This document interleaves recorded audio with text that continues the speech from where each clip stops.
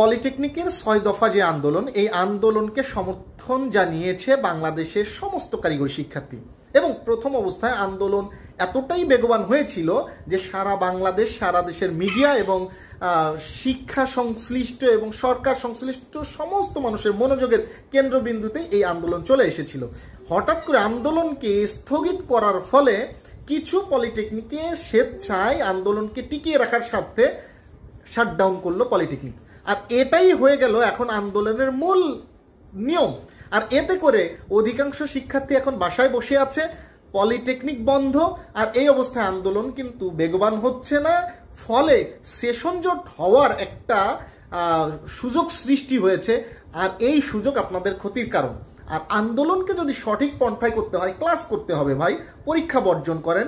আপনি আন্দোলন করতে হলে শিক্ষার্থী দরকার, ক্যাম্পাস খোলা না থাকলে কোনো শিক্ষার্থী থাকবে না।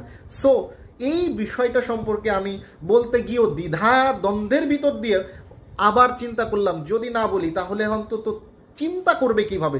এই জায়গা থেকে চিন্তার খোরাক হিসেবে আমি বলবো যে আপনারা একটু চিন্তা করতে পারেন যে পলিটেকনিক বন্ধ রাখাটা কি আপনাদের আন্দোলনকে বেগবান করছে কিনা, এবং শিক্ষার্থীরা ক্যাম্পাসে না থাকলে আদৌ কতটুকু আন্দোলন সঠিক পন্থায় আগাবে। অপরদিকে সেশন জট কি নিজেরাই ডেকে আনছেন কিনা ভাবনার জন্য একটু এই কথাগুলো চিন্তা করবেন ইনশাআল্লাহ।